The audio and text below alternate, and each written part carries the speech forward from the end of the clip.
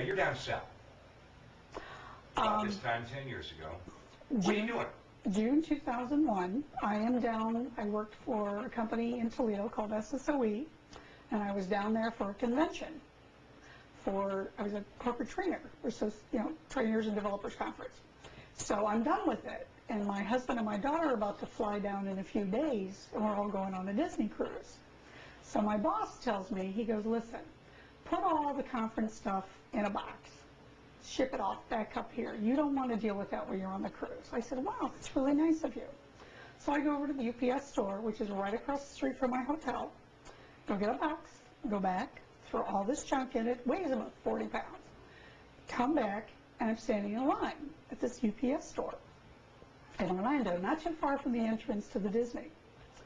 And there's a man standing at the front, at the clerk. There's only one clerk. And from the behind, he has a suit on. He's fairly about 6 foot. And from the back, he looks very nice. So the lady and I were in line behind me where we're talking that, wow, that's kind of cute, just kind of laughing.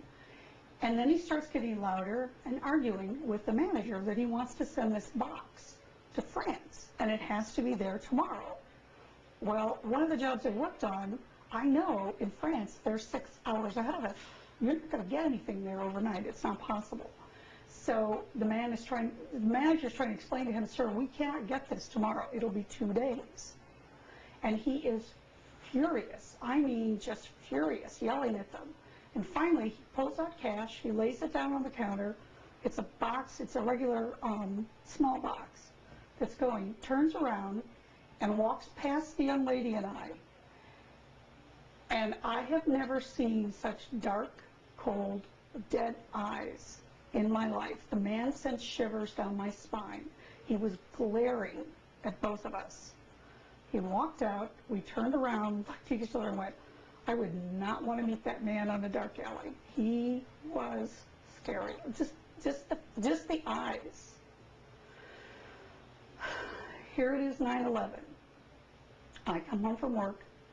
I'm sitting at home watching this tragedy unfold, and they bring up the pictures of some of the men that flew the planes into the tower. And there is Mohamed Atta and his picture. And I'm getting goosebumps as I'm talking about this. I looked at my husband and I said, oh my God, I know him. Ron goes, you don't know him. I said, honey, I know him. I saw him in Florida in June. He goes, how would you remember this? I said, if you saw the eyes on the man that I saw, you don't forget that. He cold shivers down my spine. So one of my bosses, his brother-in-law, worked for the FBI. I had met him at Christmas before he came to lunch with us. And I went up to Bob the next day on 9/12 and I said, I need to talk to your brother-in-law. And he said, why? And so I told him the story. And he got a hold of his brother-in-law for me. And I played phone tag for a while, and then eventually we got together, and I described everything to him that I had seen that day.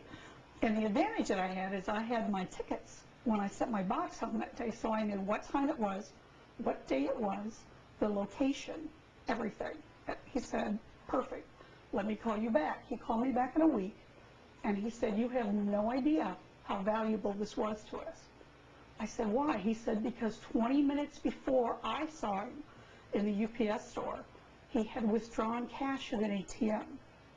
So they had another puzzle of the sequence of events. Why did he pull the cash out to mail something? I said, I can't tell you what was in it. I don't have a clue, but I know he paid cash for it because we saw him throw the cash on the counter. And that's it. And to this day, I still get chills whenever they show the planes flying in or they show the terrorists, and it's one of those faces that it's burned into your brain. And I felt like I was in a movie when I saw his face on the TV, and it's just like I was being zeroed in on it. And I don't ever want to go through that again. Thank you. To hear Wendy recount the story, you didn't see a human being that day. You saw... I saw evil. I saw the face of evil. I always heard people say, you know, he looks like a really evil person. I'm an optimist. I don't see that in people.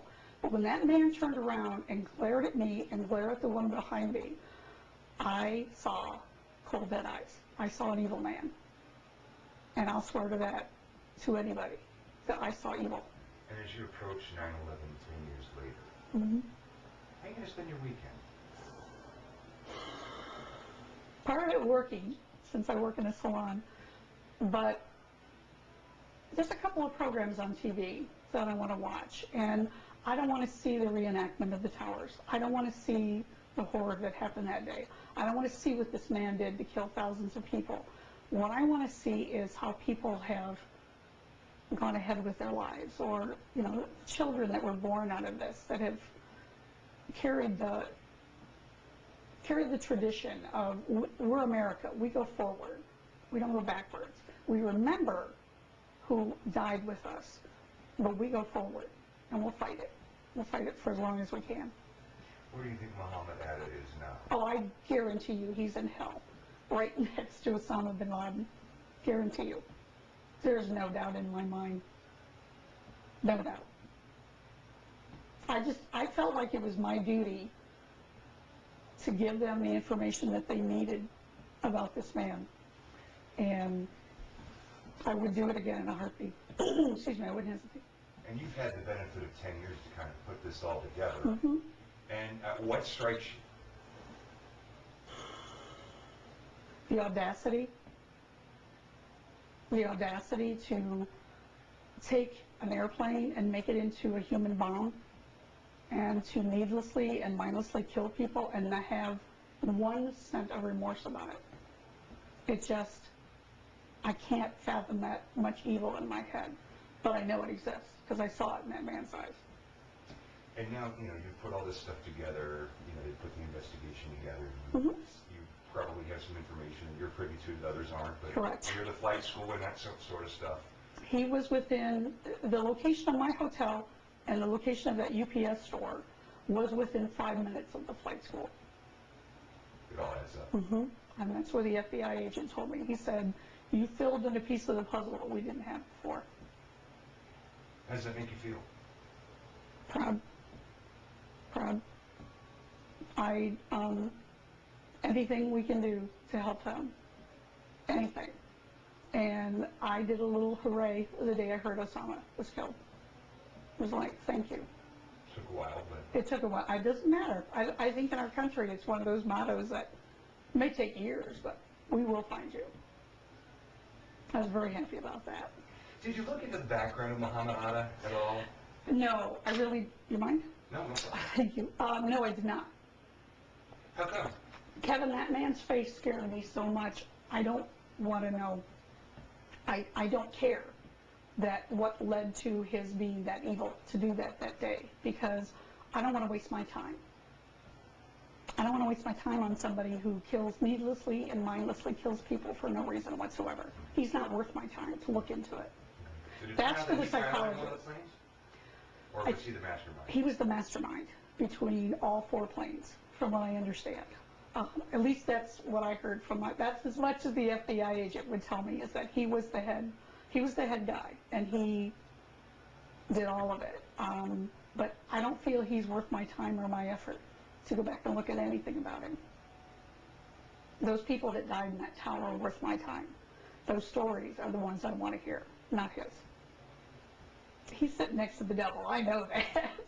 Next to Osama going, excuse me, I'm so sorry. Remember that Virgins thing? Not happening. So sorry. You're maintaining a good sense of humor about the whole thing. Thank you. Thank you. I think you Does have that to. help you? Yeah, it does. As anybody that knows me knows, I am a humorous person. And even with the lady and I standing in line, we were joking like, man, we wouldn't want to tick him off until he turned around. And then this was not a humorous situation in any way, shape, or form. And 10 years later, you still get...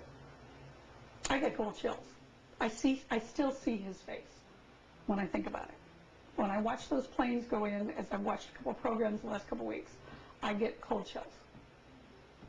Cold chills to know that I was there in June and he did this in September, and I was that close to a man that killed thousands of people.